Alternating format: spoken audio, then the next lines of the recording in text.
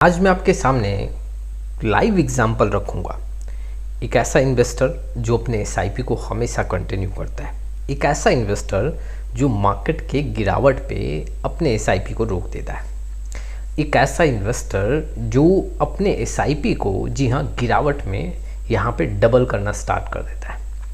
आज मैं 3 ये एग्जाम्पल आपके सामने रखूंगा, लाइव डेटा रखूंगा और उसके बेसिस पे इन्वेस्टर के सामने मैं तथ्य रखूंगा कि क्यों यहाँ पे आपका जो एसआईपी है उसको नहीं रोकना चाहिए और एक जो डबल स्ट्रैटेजी है उसमें कितना बेनिफिट इन्वेस्टर को मिल सकता है।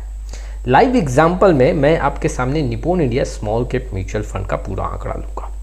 2013 से यहाँ पे हम एसआईपी कंटिन्यू करेंगे और 5000 के एसआईपी से हम यहाँ पे पूरा कैलकुलेशन देखेंगे।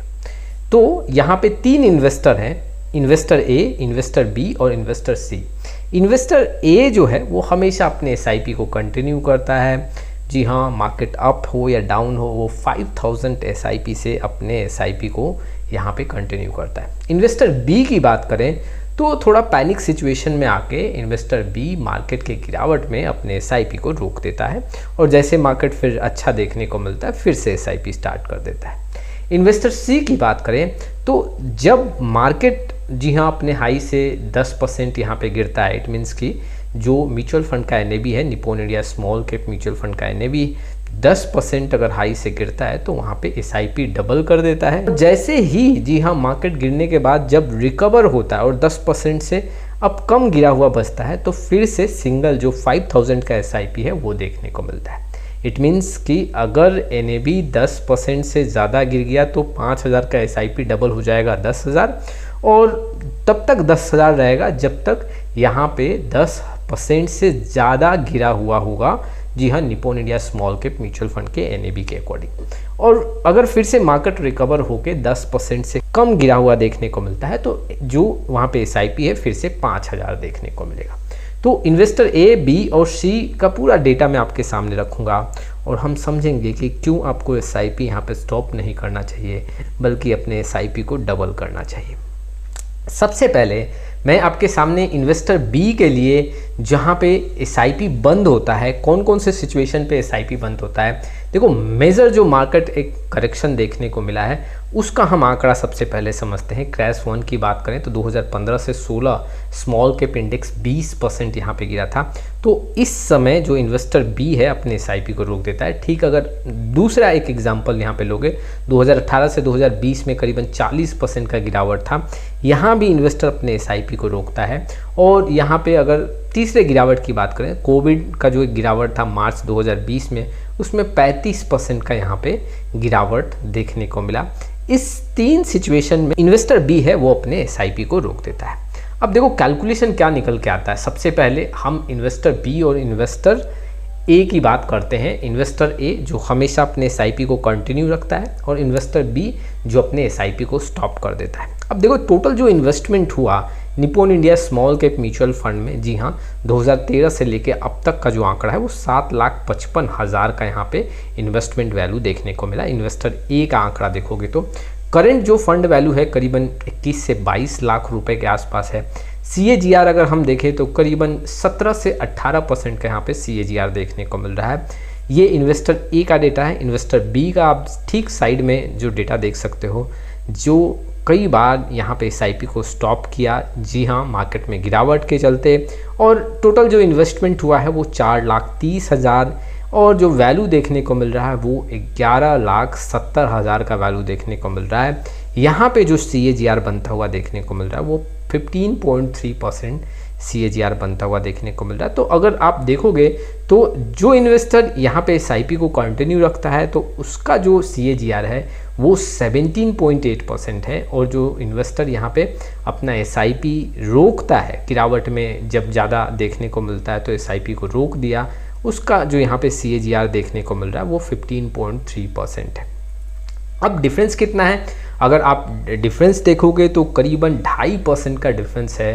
2.5% यहाँ पे इन्वेस्टर बी को कम रिटर्न बनता हुआ देखने को मिला है। चलिए तीसरे इन्वेस्टर से मुलाकात करते हैं। इन्वेस्टर जो यहाँ पे बी का आंकड़ा है उसमें हमें कमी देखने को मिला। अब जो यहाँ पे इन्वेस्टर सी है, अगर वहाँ पे हम आंकड़ा देखें तो ठीक आपके सामने है। देखो यहाँ पे देखोगे तो इन्वेस्टर ए, बी और सी, यहाँ पे तीनों इन्वेस्टर का डेटा है।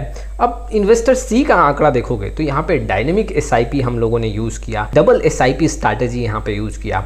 अब यहाँ पे जो आंकड़ा देखोगे उसमें देखने को क्या मिल रहा है कि टोटल जो है इस ड्यूरेशन में 9,10,000 इन्वेस्टमेंट हुआ है।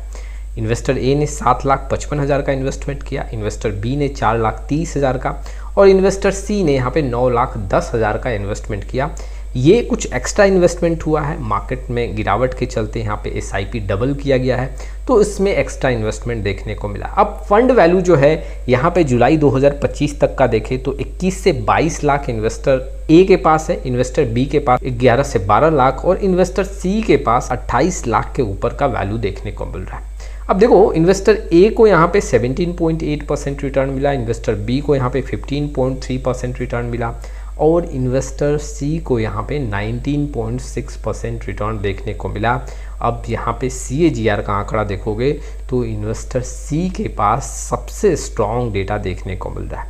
क्यों देखने को मिल रहा है? देखो इन्वेस्टर ए ने यहाँ पे अपने एसआईपी को बंद नहीं किया, कंटिन्यू किया, ये भी स्ट्रैटेजी काफ़ी कामयाब स्ट्रैटेजी है। इन्वेस्टर बी ने यहाँ पे अपने एसआईपी को रोक दिया। यहाँ पे देखा जाए तो वाकई में ये स्ट्रैटेजी कामयाब नहीं है और ज़्यादा यहाँ पे पैसा बनता हुआ देखने को नहीं मिल रहा है। लेकिन इन्वेस्टर सी ने जब मार्केट में गिरावट देखने को मिला तो अपने एसआईपी को डबल कर दिया। जी हाँ, यहाँ पे डायनेमिक स्ट्रैटेजी या एसआईपी जो डबल एसआईपी स्ट्रैटेजी है वो अपनाया गया, जिसके चलते जो CAGR है वो 19.6 देखने को मिल रहा है। ज़्यादा रिटर्न देखने को मिला अगर मैं इन्वेस्टर ए से यहाँ पे कंपेयर करूँ और फंड का वैल्यू भी काफ़ी बड़ा यहाँ पे देखने को मिला।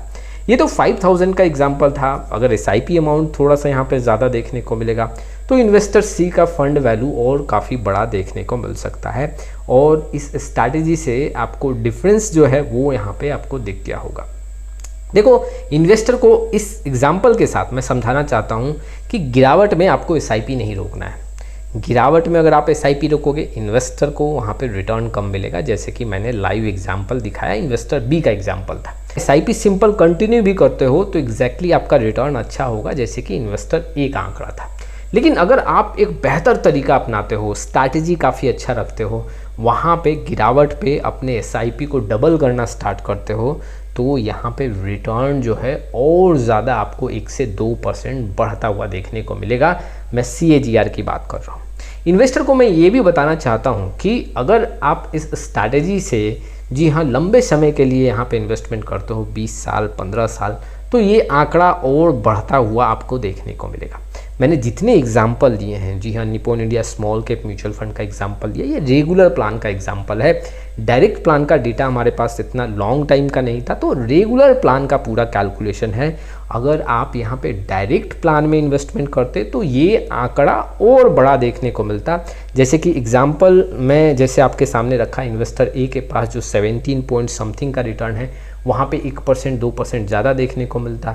इन्वेस्टर बी में जो 15.3% है वहाँ पे और ज़्यादा 1-2% देखने को मिलता और इन्वेस्टर सी के पास 19.6% का जो रिटर्न है इसमें आपको 1 से 1.5% बढ़ता हुआ देखने को मिला। इट मीन्स कि 20 से 21% का रिटर्न डायरेक्ट प्लान में जी हाँ देखने को मिलता अगर यहाँ पे डबल एसआईपी स्ट्रैटेजी जी हाँ यूज किया जाता, तो जो इन्वेस्टर सी का एक एग्जाम्पल था। तो आपके लिए जो ये डबल एसआईपी स्ट्रैटेजी है, क्या आपके लिए कामयाब साबित हो सकता है? ये कमेंट बॉक्स में अपना राय जरूर दें। आज के लिए बस इतना ही, फिर मिलेंगे एक नई वीडियो के साथ। तब तक के लिए जय हिंद, जय भारत।